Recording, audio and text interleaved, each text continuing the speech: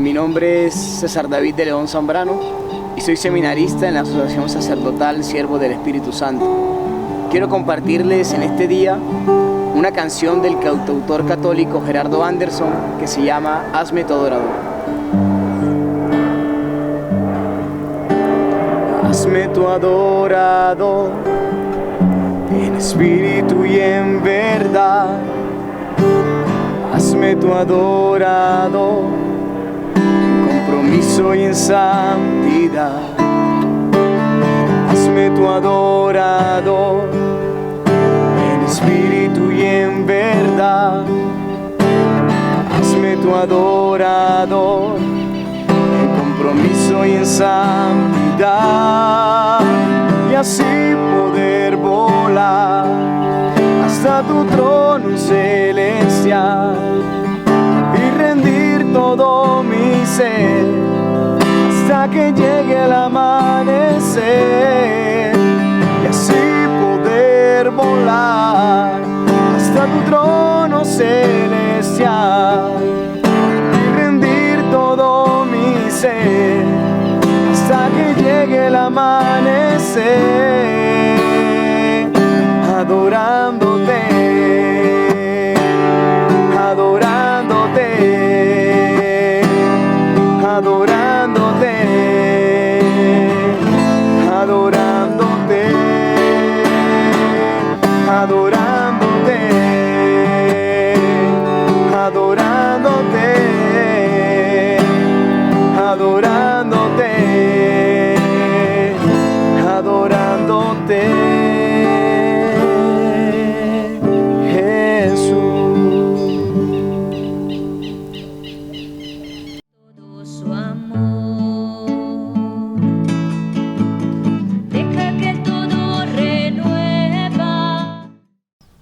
Estamos alegres de encontrarnos nuevamente con ustedes en nuestro programa Con la Biblia. En esta oportunidad hemos invitado al seminarista Jorge Pulido. Jorge, bienvenido a nuestro programa. Martín, muchas gracias y especialmente el agradecimiento a Dios por permitirnos un día más de vida y poder compartir con cada uno de ustedes. Jorge, ¿cuántos años tiene usted? Tengo 21 años. ¿De dónde es, Jorge? La Tulia, corregimiento del Valle del Cauca. Es cerca a Cali, cerca a Buga, ¿no? Es más cerca a Buga que a Cali. Bueno, Jorge, lo he invitado a este programa porque he conocido la historia de su vida.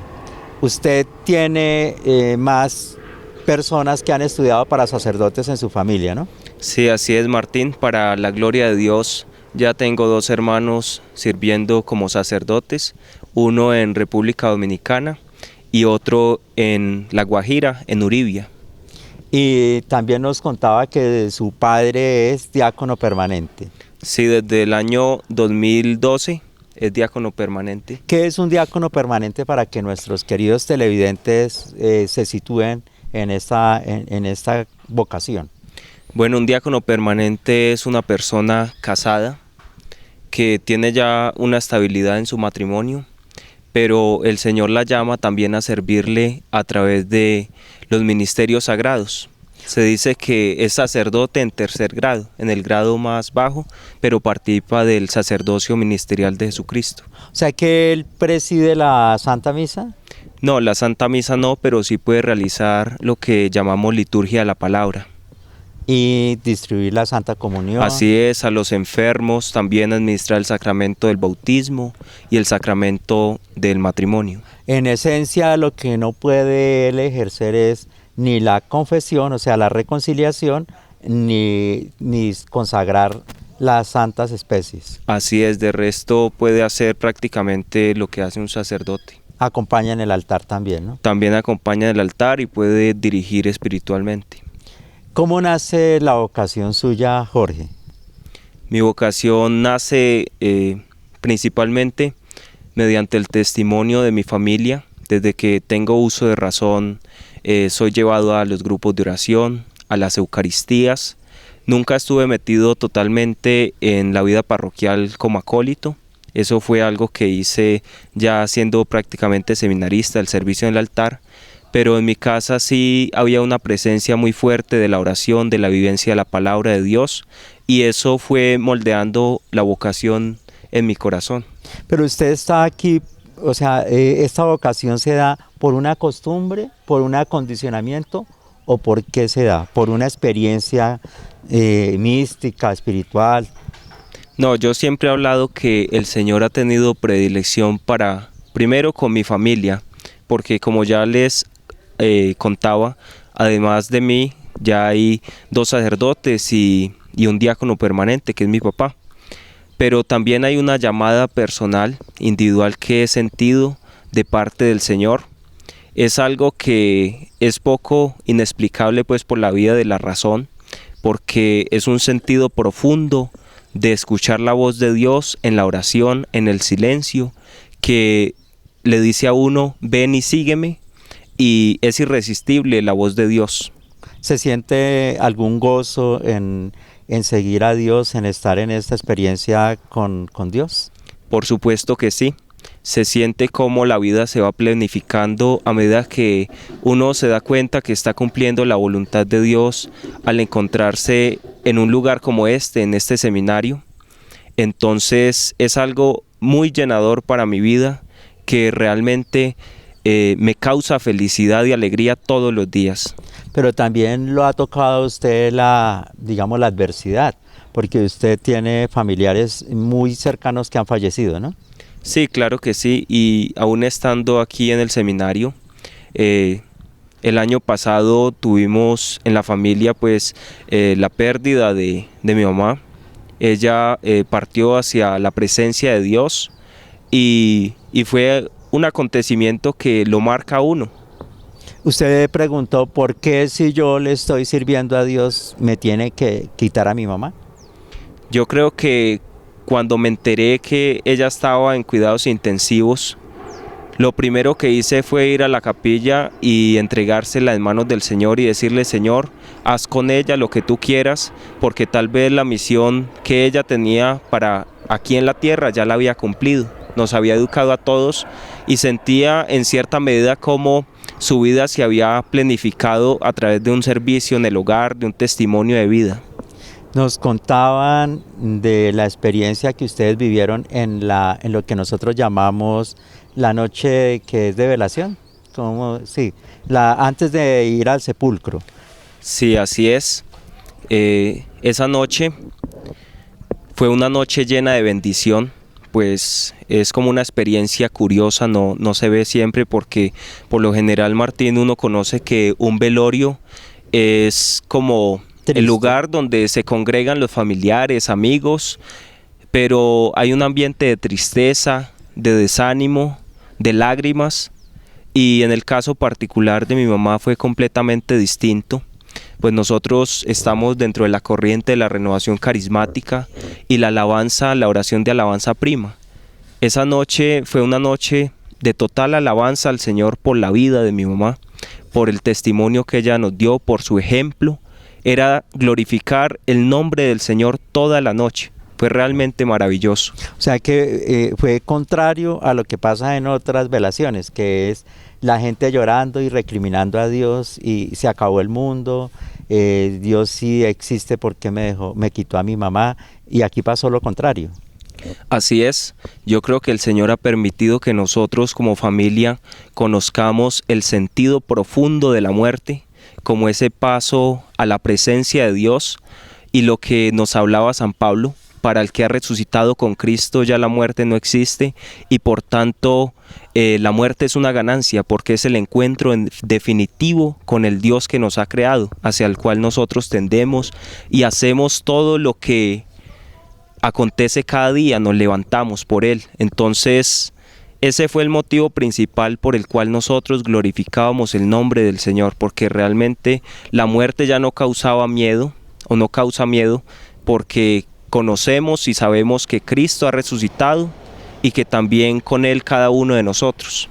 O sea que, ¿cuál es el consejo, Jorge, que usted le daría a una persona que su mamá está enferma grave, que puede morir mañana o en pocos meses, o una persona que ha acabado de perder a su mamá o a un ser querido? Porque hay mamás que pierden a los hijos y eso es más duro aún. Bueno, yo el consejo que les daría es ante todo pedir la fuerza y el poder del Espíritu Santo. Sabemos que es uno de los 7 dones, el don de la fortaleza, sin el cual ningún ser humano es capaz de resistir un momento tan duro como perder a un ser querido y poder alabar el nombre del Señor. Yo creo que esa experiencia de la fuerza de Dios en nuestra vida es lo que nos permite a nosotros realmente mantenernos firmes en pie durante los momentos más duros de mayor adversidad en nuestra existencia. La oración realmente es algo maravilloso que nos ha regalado el Señor para que así Dios permita que nosotros podamos aceptar su santa voluntad con alegría, con amor, como se debe hacer, aunque sean momentos tan difíciles. Bueno, Jorge, lo hemos invitado principalmente para hacer lectura del Evangelio de este domingo y hacer una profundización.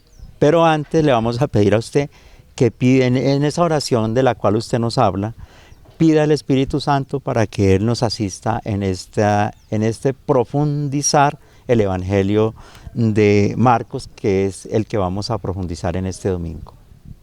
Bueno, entonces les invito, queridos hermanos, a que nos pongamos primero en la presencia de Dios, nos hagamos conscientes que el Señor está con nosotros y por ello vamos a orar a un Dios vivo, a un Dios que tiene poder, y les invito para que empecemos en el nombre del Padre, del Hijo y del Espíritu Santo. Amén. Amén.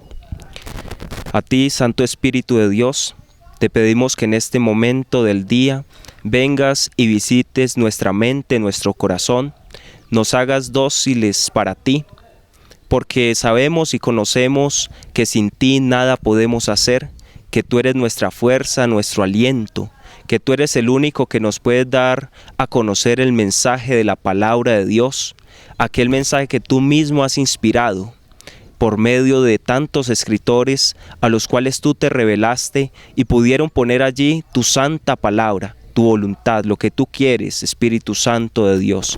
Ven, visita las mentes, los corazones de cada uno de nosotros. Ven a traer vida a nuestras vidas.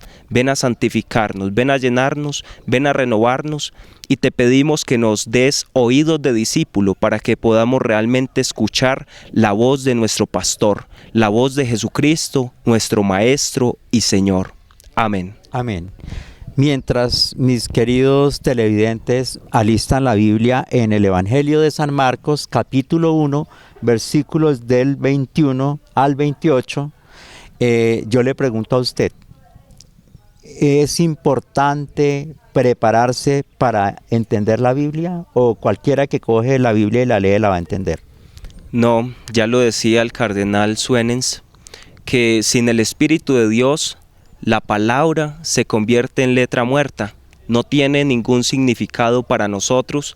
Tal vez en muchas ocasiones podamos ir a la Eucaristía, escuchar el mensaje de la predicación y no poder escuchar realmente que es Dios el que nos está hablando porque no nos hemos preparado, porque no hemos pedido la asistencia de aquel que ha escrito o ha plasmado esas palabras divinas en ese libro tan sagrado.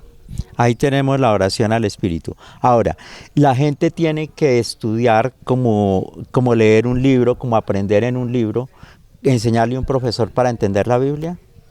Sí, la Biblia también, al poseer pues términos un poco del pasado, para poderla actualizar y descubrir el mensaje concreto que nos quiere regalar el Señor, debemos de conocerla en su contexto. Por ello la Biblia también es digna de estudio y es un privilegio para los que en ella buscan encontrar el mensaje, lo que realmente Dios nos quiere revelar. O sea que puede darse el caso de que hay gente que lee la Biblia y está entendiendo mal, interpretando mal y haciendo por lo tanto equivocar a otros y equivocándose a sí mismo.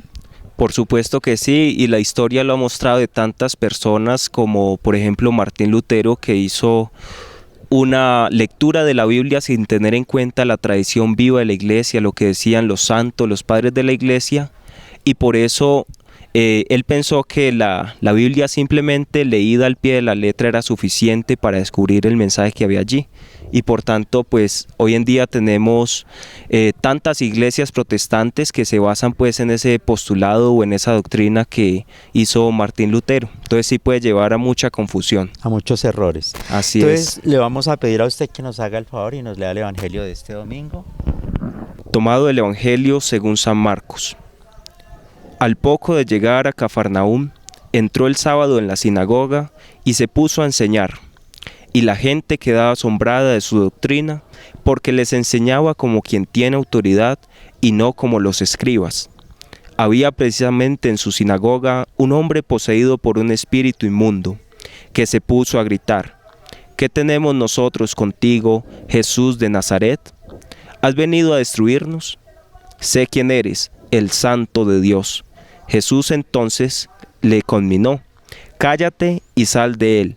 Y el espíritu inmundo lo agitó violentamente, dio un fuerte grito y salió de él. Todos quedaron pasmados, de tal manera que se preguntaban unos a otros: ¿qué es esto? Una doctrina nueva, expuesta con autoridad. Da órdenes incluso a los espíritus inmundos y le obedecen. Bien pronto su fama se extendió por todas partes, en toda la región de Galilea. Palabra del Señor. Gloria a ti, Señor Jesús. Bueno, lo primero que vemos aquí es que Jesús iba a la sinagoga, pero iba el sábado. ¿Qué ha cambiado que nosotros los cristianos vamos es el domingo? Sí, claro, para los judíos, ellos tenían el sábado como día de precepto de acuerdo a la ley dada por Dios a Moisés en el monte Sinaí. Pero para nosotros los cristianos católicos ahora se establece una nueva ley, una nueva alianza. Es la alianza del amor, establecida por Jesucristo cuando decide entregar su vida en la cruz y resucitar al tercer día de entre los muertos, como lo enuncia la palabra de Dios, es decir, el primer día de la semana, el día domingo. Por eso nosotros celebramos la vida, celebramos la resurrección, ese evento de amor tan maravilloso del cual Cristo nos ha hecho partícipes. Y que la palabra domingo en traducida quiere decir es día del Señor, ¿cierto? Así es, el día del Señor, el día de precepto, de guarda para alabar y glorificar el nombre del Señor, pero como lo decía el Papa Francisco, también para descansar y para compartir con la familia. Bueno, nos dice que Jesús iba a la sinagoga y nosotros vamos ya es al templo, a la iglesia, podemos decir a la casa de oración, al templo, a la iglesia católica. Así es, lo que pasa es que Jesús vivió como un judío, él era practicante de la ley. Y por eso él también asistía el día sábado a la sinagoga y allí compartía del mensaje de la palabra de Dios. En muchos eventos del Evangelio encontramos a Jesús que un día sacó el rollo del profeta Isaías y lo leyó en público. Y él dijo: esta palabra hoy se cumple en mí, es decir, que él también iba a la sinagoga. ¿Y qué pasa? Que cuando nace el cristianismo, ahora los cristianos necesitaban un lugar también para darle culto al Señor, pero se dieron cuenta que la sinagoga traía problemas para ellos porque la palabra de Dios que ellos vivían y predicaban era distinta ya a la del pueblo judío, en el sentido de que Cristo había marcado la diferencia, pero muchos judíos ya no aceptaban a Jesucristo y eso creaba pues divisiones y problemas y ellos buscaron un lugar apropiado para darle culto al Señor, lo que nosotros ahora conocemos como templos. Nos dice también aquí que la gente se asombraba de la doctrina. ¿Qué podemos entender como una doctrina que además nos da otra característica y es que él enseñaba esta doctrina con autoridad? Una doctrina, ante todo, enuncia una verdad, un contenido bueno que nos ayuda para la vivencia de nosotros. Eso es ante todo lo que pone una doctrina, una forma de pensar, de vivir, de actuar de acuerdo a una ley, unos preceptos, y dice que esa doctrina era nueva, era una doctrina que daba autoridad, porque en Jesús se ve reflejado totalmente que lo que él predicaba con los labios, él lo vivía con su cuerpo, con todo su ser, Esa es la autoridad que realmente reviste aquí las palabras de Jesús con respecto a la forma en que enseñaban los fariseos y publicanos. O sea que aquellos que se quedan pegados a cosas del Antiguo Testamento están ignorando precisamente esto que Jesús vino a enseñar, una doctrina nueva y con autoridad. Exactamente. Una doctrina que ahora nos libera tal vez de muchas esclavitudes, como lo dice el apóstol San Pablo, ya no escrita sobre tablas, así como cuando Moisés en el monte recibió esas tablas, sino escrita en los corazones, que es lo más importante. El amor. Así es, una ley nueva, el amor que nos trae Jesús de Nazaret. Luego nos dice que va a la sinagoga, dice su sinagoga, o sea, donde él asistía siempre. Hay gente que dice que no es necesario ir a ningún lado para encontrarse con Dios, pero Jesús asistía siempre a una sinagoga. Y nos dice que allí encontró un hombre poseído por un espíritu inmundo. O sea que esto que llaman exorcismos, que se habla de posesiones, ¿eso es una realidad? Sí, por supuesto que sí. En el caso del Evangelio se nos narran muchos eventos donde Jesús expulsó demonios. Incluso una vez los apóstoles se le acercaron y le dijeron: hemos orado y no ha sido liberado. Y Jesús les dijo: es que algunos espíritus solo salen con ayuno y oración. Entonces podemos ver cómo la autoridad de Jesús llega incluso hasta someter a los espíritus inmundos, que cuando hablamos de una posesión, una persona, debemos hacer una distinción.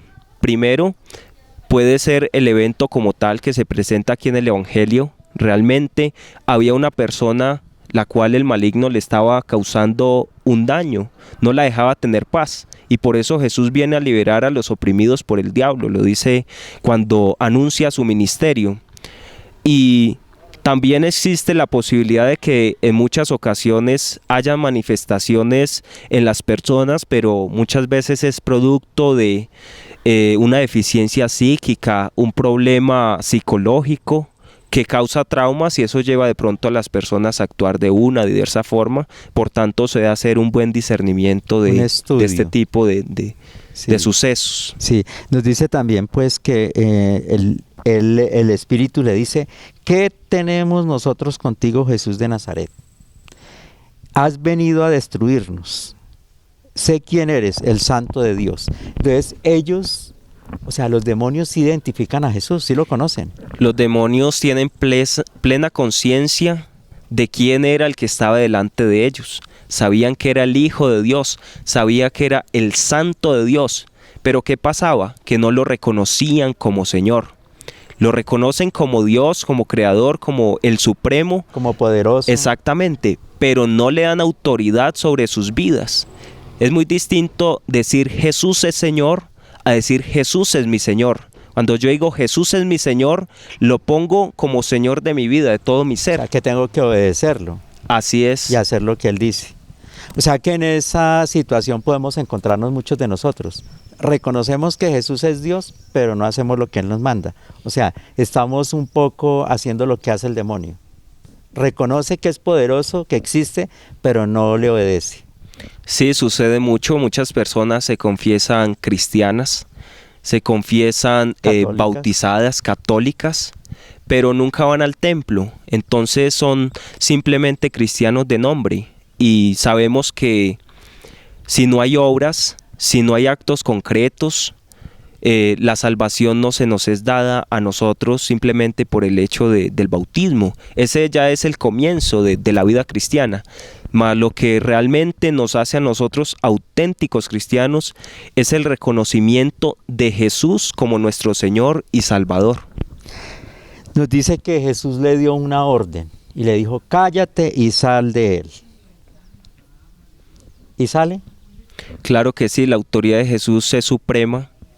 Se dice en la palabra de Dios que Él era un hombre de oración, de ayuno, de penitencia.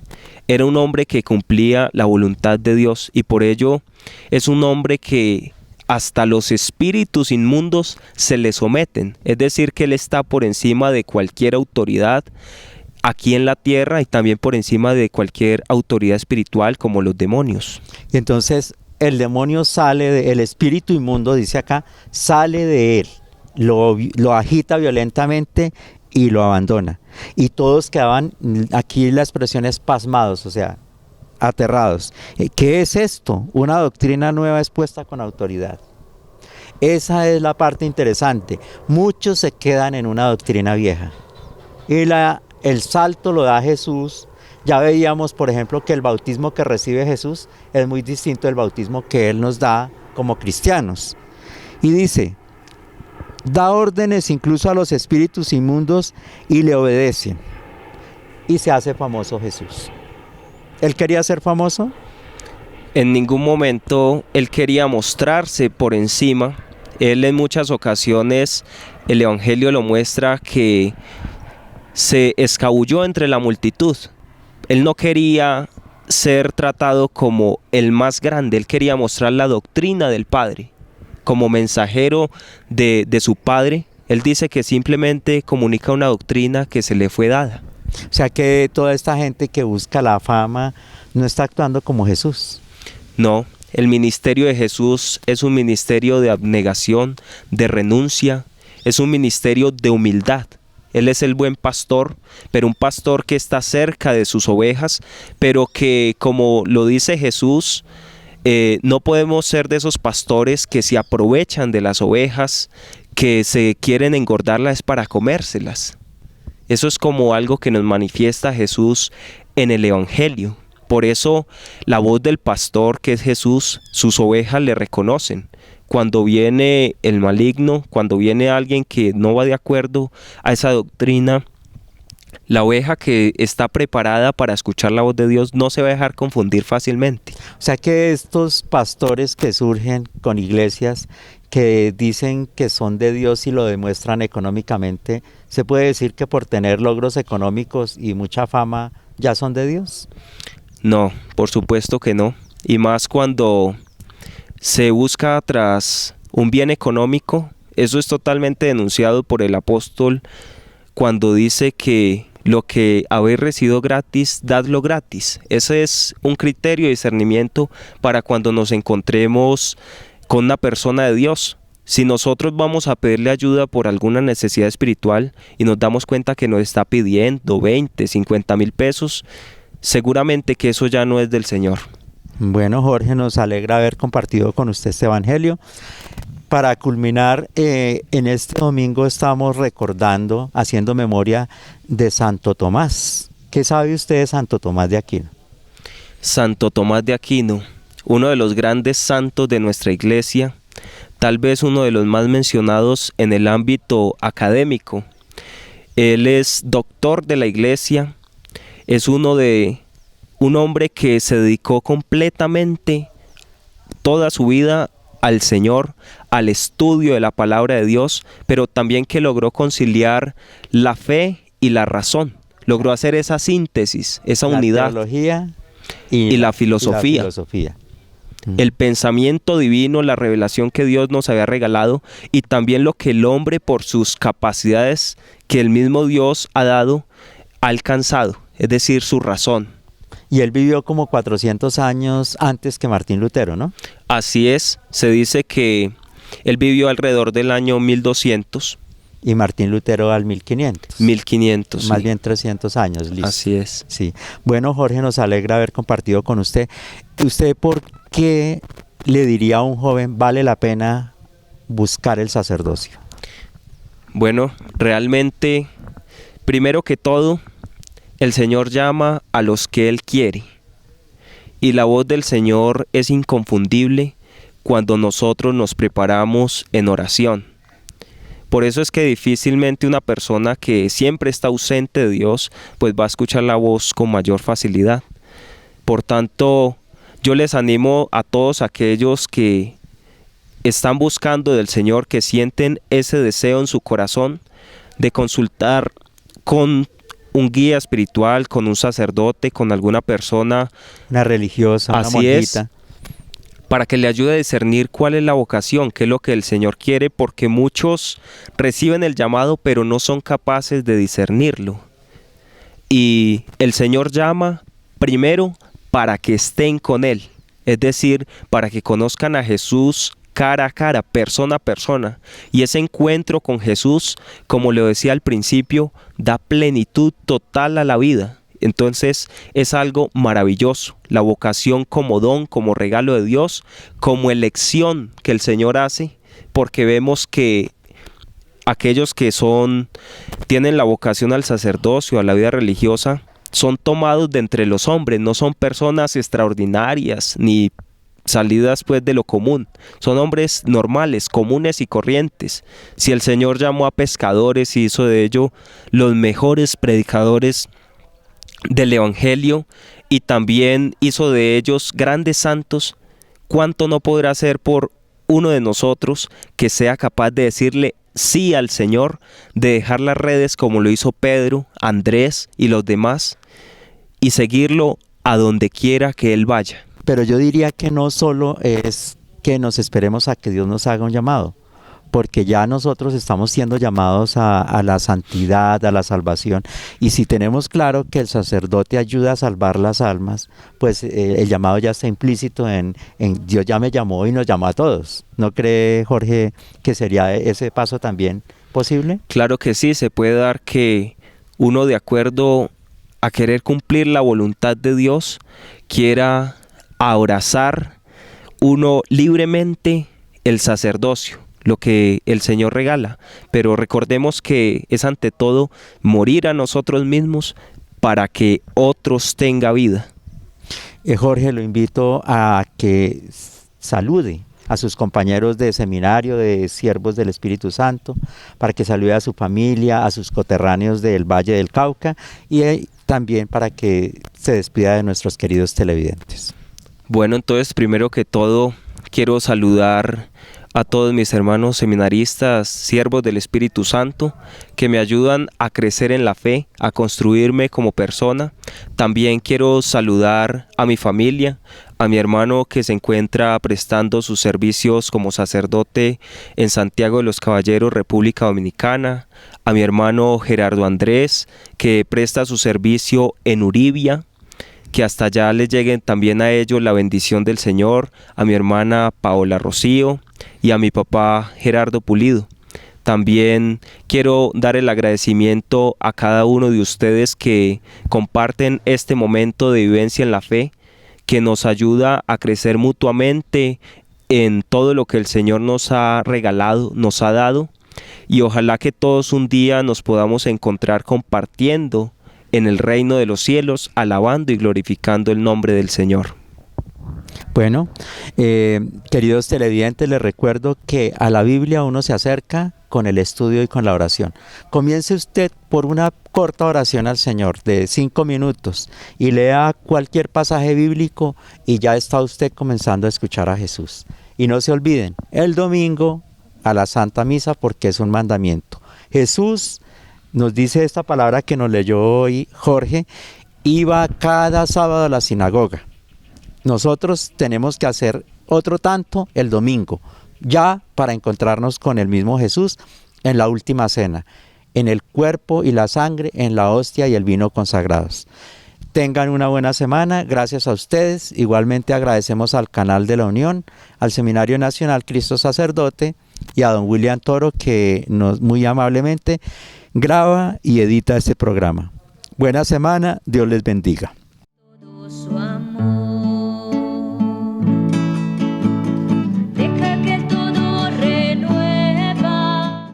Esta canción se llama La mano de Dios y es del cantautor católico John Carlo.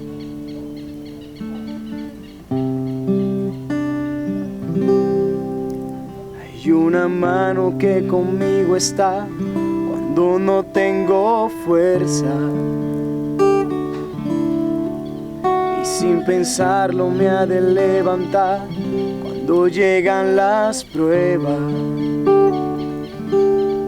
Hay una mano que ayudó a Moisés, el mar lo dividió en dos, y es la misma que hoy me acompaña, es la mano de Dios. Hay una mano que conmigo está, aunque no tengo fuerzas, y sin pensarlo me ha de levantar cuando llegan las pruebas. Y una mano que ayudó a Moisés y el mar lo dividió en dos. Y es la misma que hoy me acompaña, es la mano de Dios. Es la que me sostiene cuando voy a caer, es la que a mí me mueve para obrar con poder, la que me alcanza y nunca falla, me mueve con poder, es la que me sostiene cuando voy a caer, es la que a mí me mueve para obrar con poder, la que me alcanza y nunca falla, me mueve la mano de Dios.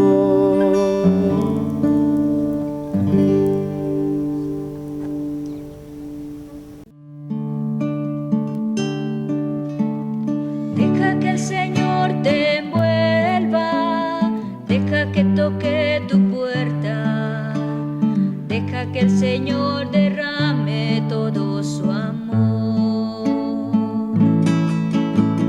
deja que Él todo renueva, deja que sea,